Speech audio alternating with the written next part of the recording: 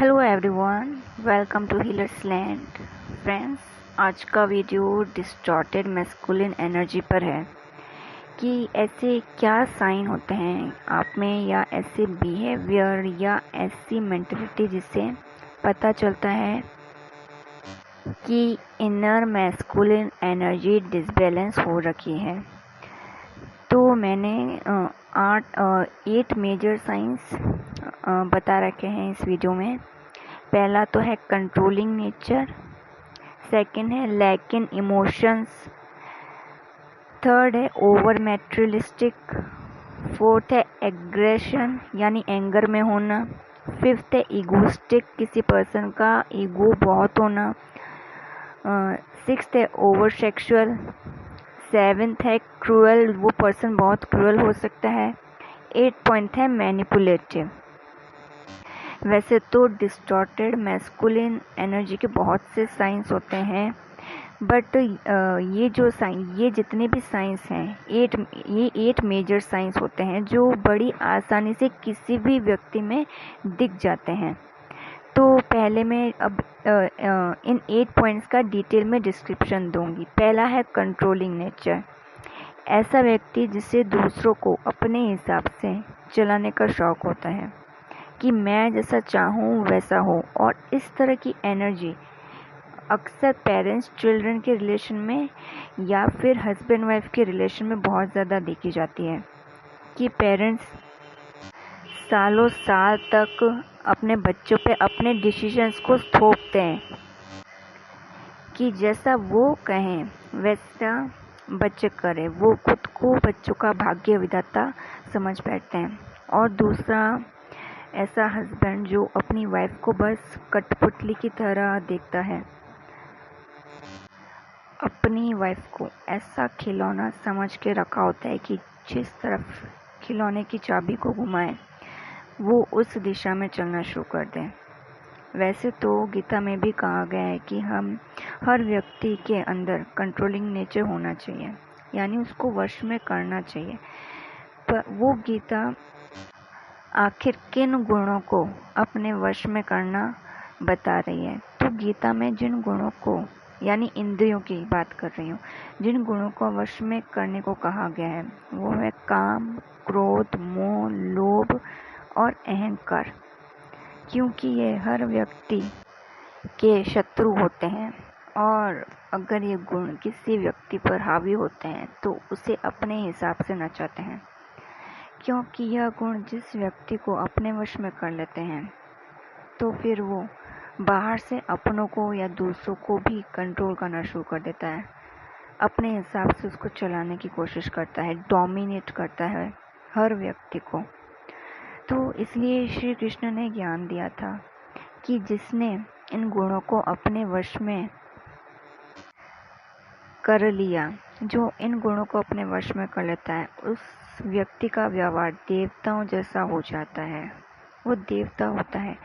अगर ये गुण, ये इंद्रियां वश में नहीं होती हैं तो व्यक्ति मनुष्य रूप में भी होके जानवरों जैसा व्यवहार रखता है सबसे। उसके शब्द और विचार से सिर्फ हैवानियत दिखती है, हैवानियत ही दिखनी शुरू हो जाती है। गीता के बेसिस पर डोमिनेंट होना बुरा नहीं है, बट आपको डोमिनेंट बाहर से किसी व्यक्ति को नहीं करना है। अपने किसी रिलेशन में बच्चों को, पेरेंट्स को, या अपने किसी फ्रेंड को या किसी भी व्यक्ति को डोमिनेंट नहीं करना है।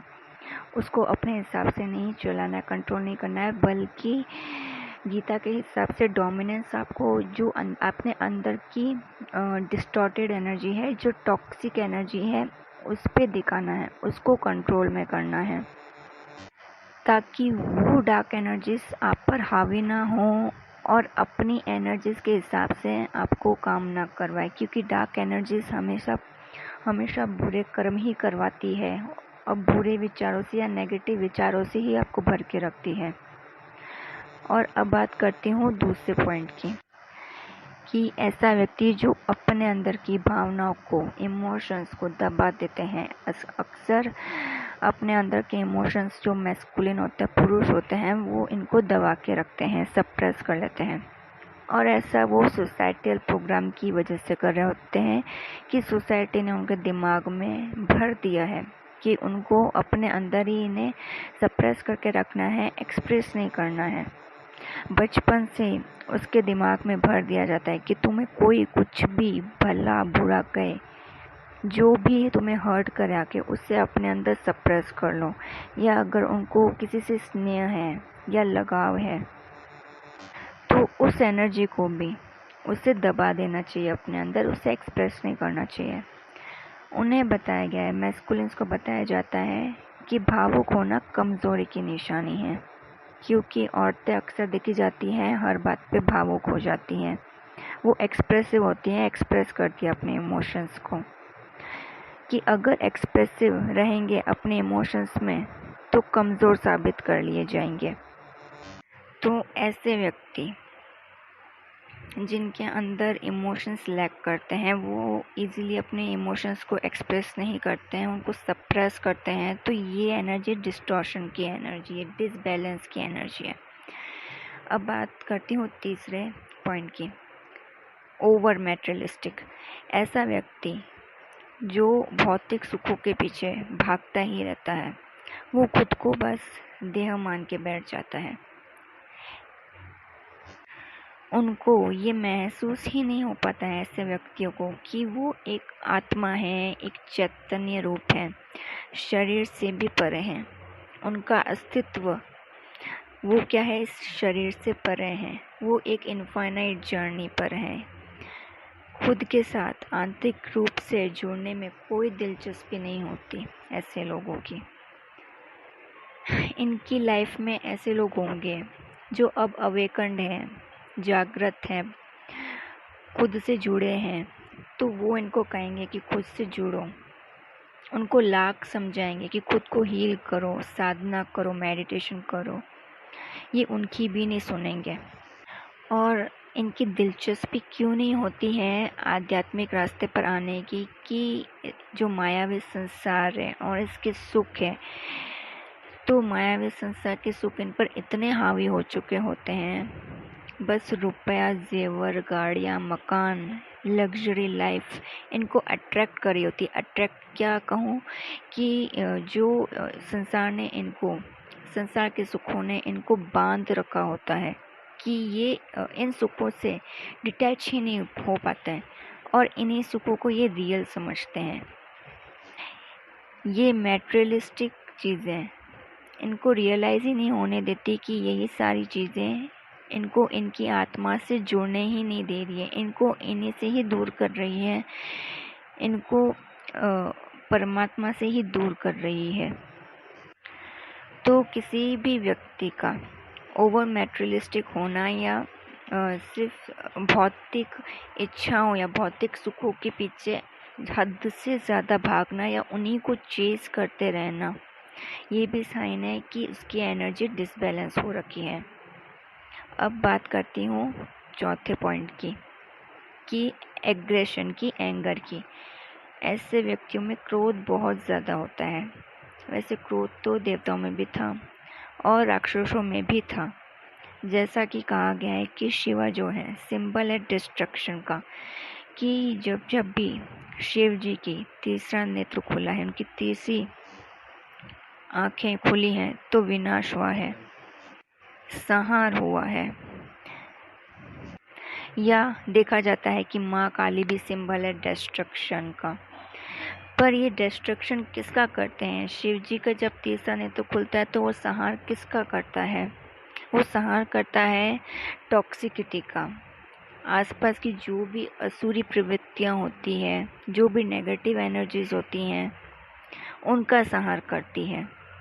देवताओं का क्रोध होता है जो आज की समाज में जितनी भी बुराई है उसका विनाश करती है। यानी जिसके भीतर शिवत्व जागृत होता है तो विनाश करता है, किसका करता है? अपने अंदर की निचली से निचली वृत्तियों का। जो हमारे भीतर का दानव होता उसका विनाश करता ज़रूरी होता। बट ज़्यादातर लोग जो आध्यात्म से जुड़े नहीं हैं वो भी अपने क्रोध से दमन कर रहे हैं। पर वो किसका दमन कर रहे हैं? वो अपने भीतर के शिव रूप का दमन कर रहे होते हैं, वो अपने भीतर की माँ काली का दमन कर रहे होते हैं, उनको दबा रहे होते हैं। उनका क्रोध असल में दानवों जैसा होता है, क्योंकि दानव अपने आसपास अच्छाई बिल्कुल बर्दाश्त नहीं कर पाते हैं। जैसा कि निर्भया कांड में हुआ था कि कितने लोगों का गुस्सा फूट पड़ा था। तो वो क्रोध किसका सिंबल था? वो क्रोध था लोगों के भीतर शिवत्व का जागृत होना, लोगों के भीतर माँ काली का जागृत होना। क्योंकि शिवत्व जागृत होता है तभी, क्योंकि वो समाज में बुराई नहीं देख सकता। भीतर का शिवत्व कभी भी अपराधों को सहन नहीं कर सकता है, वो उनके खिलाफ लड़ता है और उस बुराई को हराता भी है। पर इसके विपरीत ही होता है दानवों का क्रोध, कि ऐसे व्यक्ति को क्रोध करते हुए आप देख लो, ठीक है, कि कोई समाज में अच्छा बदलाव लाने की कोशिश कर रहा हो, पर वो व्यक्ति उस व्यक्ति की जो कुछ अच्छा करने की कोशिश कर रहा होता है उसकी बुराई कर रहा होता है। उसको उस व्यक्ति पे बहुत क्रोध आ रहा होता है। क्यों? क्योंकि उसके अंदर एक दानव बैठा हुआ होता है और दानव को कभी अच्छा नहीं लगेगा कि समाज में कुछ अच्छा हो, कि समाज में एक अच्छा बदलाव है। तो क्रोध होना तो स्वाभाविक है, क्रोध होना चाहिए, पर क्रोध जो वो शिवत्व का हो या माँ काली का हो। तो ये जो एनर्जी है एंगर की, तो ये भी डिस्टॉर्शन की एनर्जी। अगर किसी व्यक्ति में दानव है जागृत, तो वो डिस्टॉर्शन, डिसबैलेंस की एनर्जी में है। अब बात करती हूँ 5वें पॉइंट की, ईगोस्टिक, ईगो का होना। ऐसे व्यक्तियों में अहंकार बहुत ज़्यादा होता है। अगर उनको पता भी हो कि उनकी मेंटलिटी टॉक्सिक है, तब भी अपने हट में रहते हैं, अपने विचारों से ठस से मस नहीं होते हैं। ये जानते हुए भी उन विचारों से दूसरों को कितना दुख पहुंच रहा है। रावण भी यह जानते हुए कि उसने सीता का हरण किया, उसने ये करके गलत किया, पर इतना घमंडी था, इतना हठीला था, वो सिर्फ संसार को बताना चाहता था कि वो कितना पावरफुल है। उसने अपना पाप मरते वक्त भी स्वीकार नहीं किया।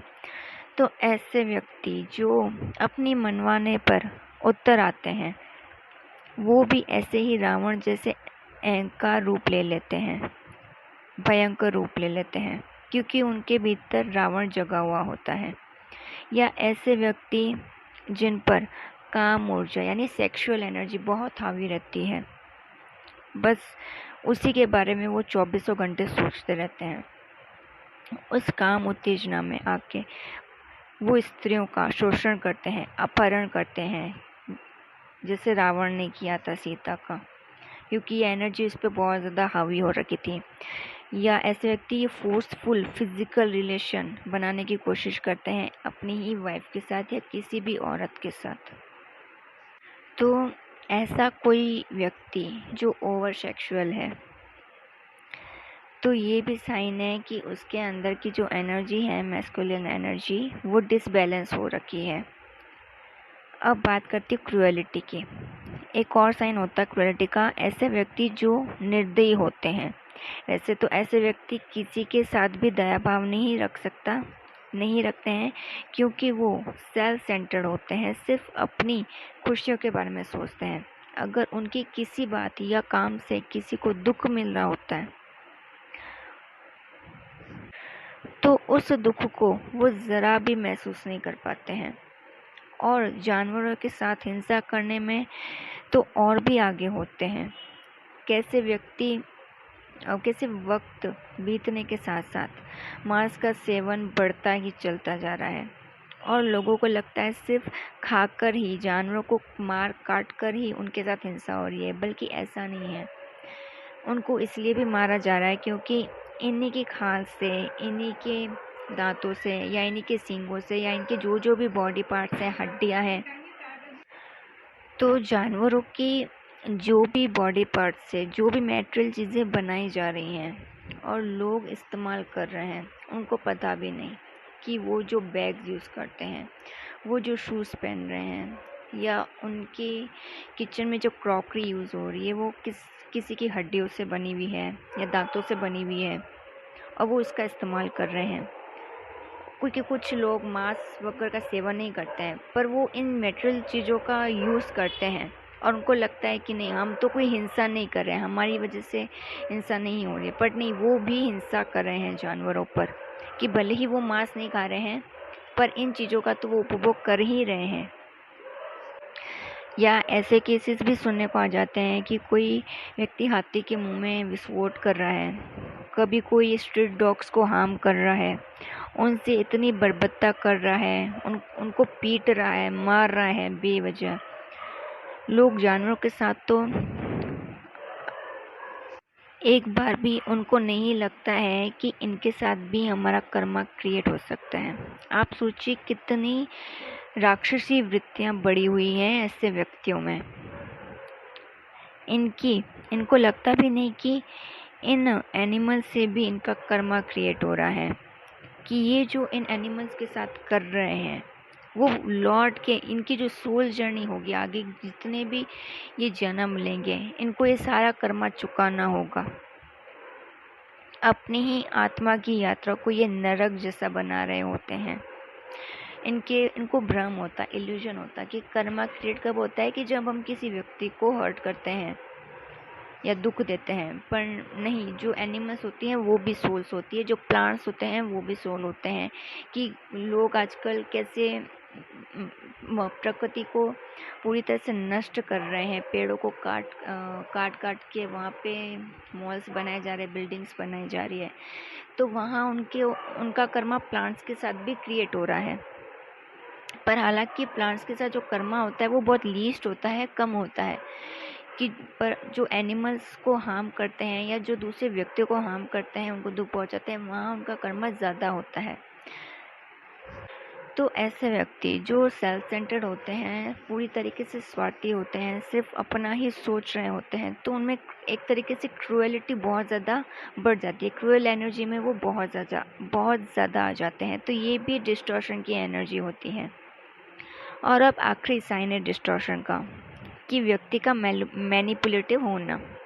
और वो सिर्फ बाहर स्ट्रेंजर्स को ही मैनिपुलेट नहीं करता, बल्कि उसके बहुत करीबी रिश्ते होंगे, अपने ही परिवार में उसका बर्ताव ऐसा होता कि अपनी चलाने के लिए किसी भी हद तक जा सकता है।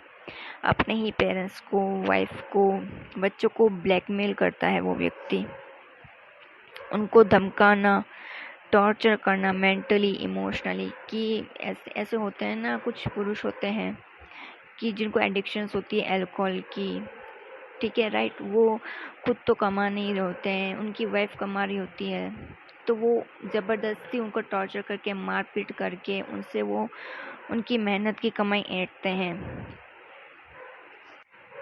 और ऐसा नहीं कि सिर्फ पुरुष इस एनर्जी में हो सकते हैं, जो औरतें होती हैं, लड़कियां होती हैं, वो भी इस एनर्जी में हो सकती हैं। हालांकि पुरुष ज़्यादा होते हैं, कि किसी भी तरीके से सिर्फ उसी की सुनी जाए।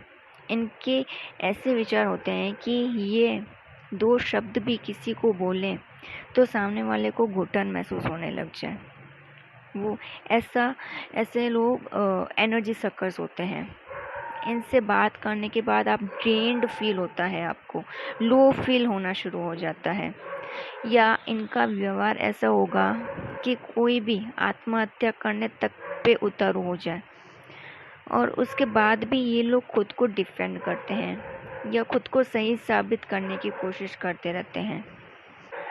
सो फ्रेंड्स, ये जितने भी पॉइंट्स मैंने अभी डिस्कस किए, सारी डिस्टॉर्टेड मैस्कुलिन एनर्जी के थे। कि आप में से अगर किसी के अंदर भी ये एनर्जीज हैं तो प्लीज़ उसे हील कीजिए। और हील कीजिए का मतलब वो हील तभी होंगी जब आप स्पिरिचुअल पाथ पर आएंगे, जब आप मेडिटेट करेंगे, थोड़े आध्यात्म में आएंगे, ऐसे गुरु की संगत से आप जोड़िए, जिससे कि ये एनर्जीज रिलीज हो सके, हील हो सके। अदरवाइज ये आपकी सोल जर्नी को पूरा का पूरा ख़राब कर देंगी, हेल बना देती है आपकी सोल जर्नी को। आपका कार्मिक साइकिल सिर्फ बिगड़ता जाता है और ऐसे ही फिर आप कंटिन्यू बस जन्म लेते रहेंगे, आप अर्थ पे आते रहेंगे, अपना कर्मा इसी तरीके से भोगते रहेंगे। और ये एनर्जीज जो होती हैं ये सिर्फ 2 तरीक़ों से ही हील होगी। एक तो मेडिटेशन करने से कि आपको कंटिन्यू सिस्टमैटिक इनर वर्क करना होता है, डेली आपको मेडिटेट करना होता है। और दूसरा कि इनर वर्क करते वक्त आपको ऐसे लोगों से दूरी बना के रखनी होती है जो सेम इसी एनर्जी में होते हैं, लो एनर्जीज में होते हैं। कि आप इनर वर्क तो कर रहे हैं बट फिर आप ऐसे ही लोगों से जुड़े हैं, तो फिर आपकी एनर्जीज जो हैं ये रिलीज़ नहीं हो पाती हैं और हील नहीं हो पाती हैं। और ये जो एनर्जी है मैस्कुलिन एनर्जी की ज़रूरी नहीं है कि पुरुषों में ही हो, हालांकि होती तो ज़्यादातर पुरुषों में ही है, पर ये किसी लेडी में भी हो सकती है, किसी औरत में भी पाई जा सकती हैं। सो फ्रेंड्स, अगर ये जितने भी पॉइंट्स हैं आपके साथ रिलेट हुए हों, आपको ये वीडियो अच्छा लगा हो तो प्लीज़ वीडियो को लाइक कीजिए, शेयर कीजिए, ताकि ज़्यादा से ज़्यादा लोग अवेयर हो सकें। क्योंकि मेरा ये पर्पस वीडियो बनाने का बिल्कुल नहीं है कि मुझे बस फेमस होना है, पॉपुलर होना है, नथिंग। मेरा सोल पर्पस सिर्फ यही है कि मेरे कंटेंट से सिर्फ लोग अवेयर हों और हील हो सकें। सो आज के वीडियो में इतना ही। Good bye, take care, God bless you.